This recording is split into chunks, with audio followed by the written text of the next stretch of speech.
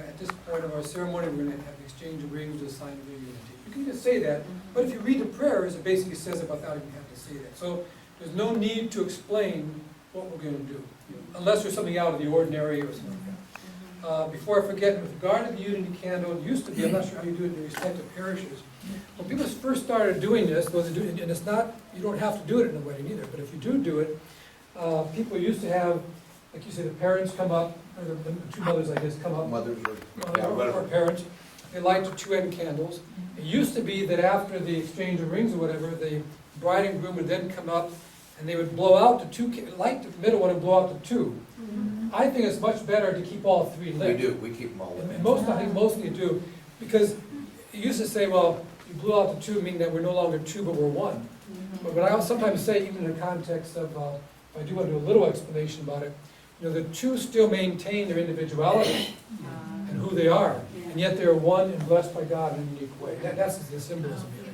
One of the things I also do when we do the unity candle, they go do that, is the way it's set, and I explained now that the two are lighting their unity candle, and I usually explain that this is the light that also represents the light of Christ in their marriage, and I will lift the candle and I have them both hold the candle during the song, whatever song's being done. And then I kind of back away, and they both hold the candle, the unity candle, up together, because it's like the three. It's symbolism. And then partway through the song, usually I take it away from them, because they're like, candle starts shaking. And put it down, but it gives them a beautiful, one of the things you think about too is later on in their life as they flip through their wedding album, think of the picture they're going to have as they recall them both holding that candle. And that's why you make sure you step away, so you're not necessarily in that picture.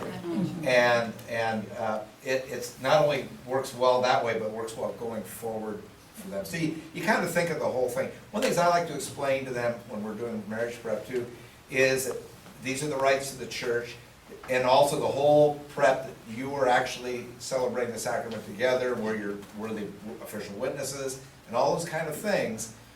But I always explain to them, I said, your parents have a lot to say about the reception. You have a right to say among all these options and things within the liturgy, you have the right to say that, your parents do not.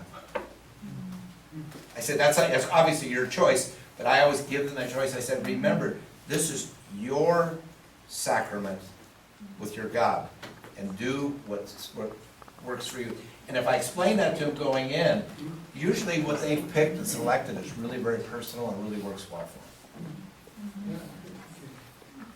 I just wanted to say, I forgot to mention one thing, and I think it's really important because I've seen it the other way. Frank included himself as part of the assembly. When he was talking to them, he was saying, and we are all that. Very important. Homilies or, Yeah.